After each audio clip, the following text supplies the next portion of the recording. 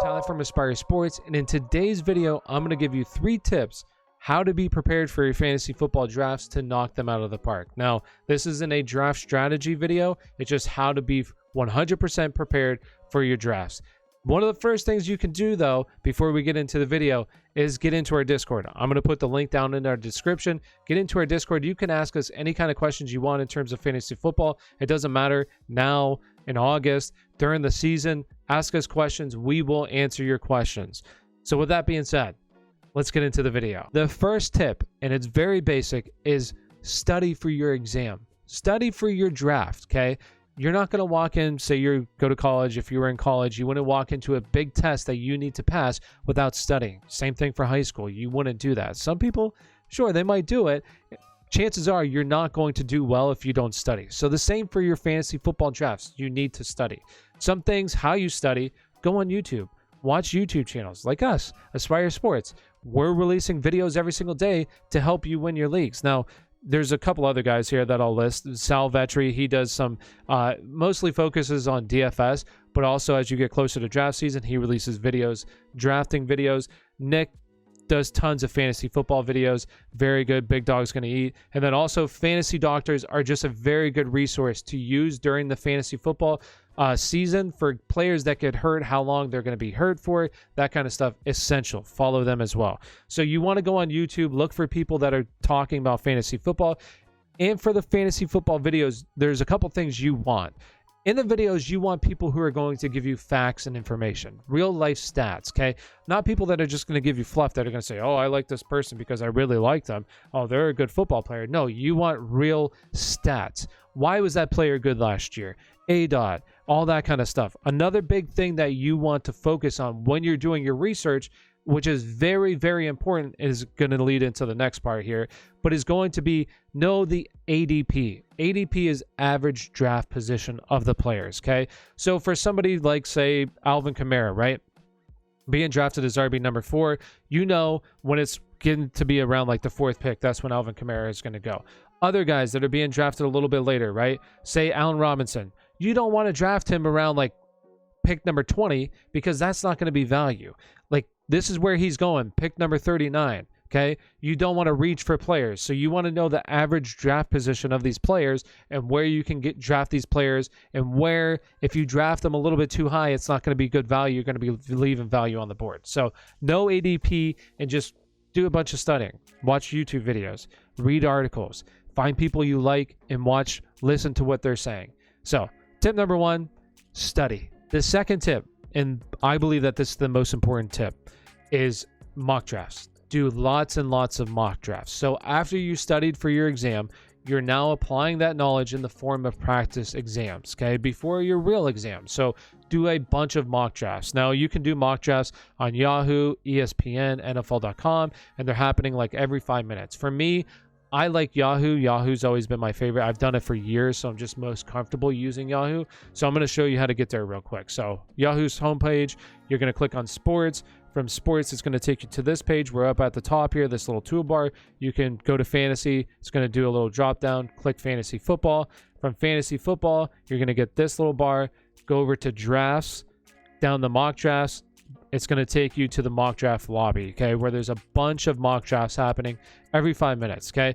Especially as we get closer to fantasy, like draft season, like middle of August, this is going to be filled with mock drafts that you can do. Like right now, some people are doing it, but as we get closer, so many people will be doing it. Biggest thing that I can tell you to do is look for, say you're going to be in 12-man leagues, right? Do mock drafts for 12-man leagues. If you don't know your draft spot, if you won't know it until draft day, do drafts from all the different spots. Don't just pick, okay, I'm going to do it from the first pick because I hope I get the first pick. No, do some from the first pick. Do some from the 5th pick, the 12th pick. Do it from a bunch of different spots. That way you know what kind of players are going where, and you can kind of map out your drafts accordingly, and you're not really caught with surprises. So pick different players, and then the pick different spots. And this is the most important part of this entire thing, is do a bunch of mock drafts. While you're doing those mock drafts, write down players that you find are going around the certain picks. So say you're picking at 8, okay? And you notice that A guy like Cam Akers is constantly there. A guy like Ezekiel Elliott's constantly there. Maybe Nick Chubb is always around that spot. So you go that running back, what are receivers that are going to be available in your second round? Or running backs that maybe shouldn't be there that are kind of falling in that round?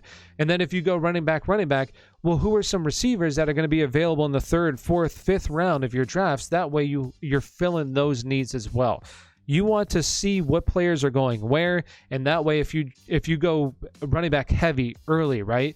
You know what wide receivers are going to be available later as well. Or if you go vice versa, wide receiver heavy, what running backs are going to be there that you can get in those middle rounds. So that's essential when you're doing mock drafts. Pay attention to who's available where in the different spots.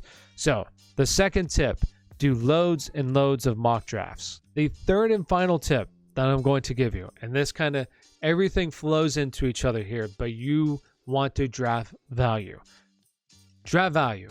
Don't reach for players, because if you reach for players, okay, you're going to leave value on the board for your competitors. So think of it in terms of, if you look at the stock market, you don't want to buy Amazon stock for $100 over market price. That's just not good value.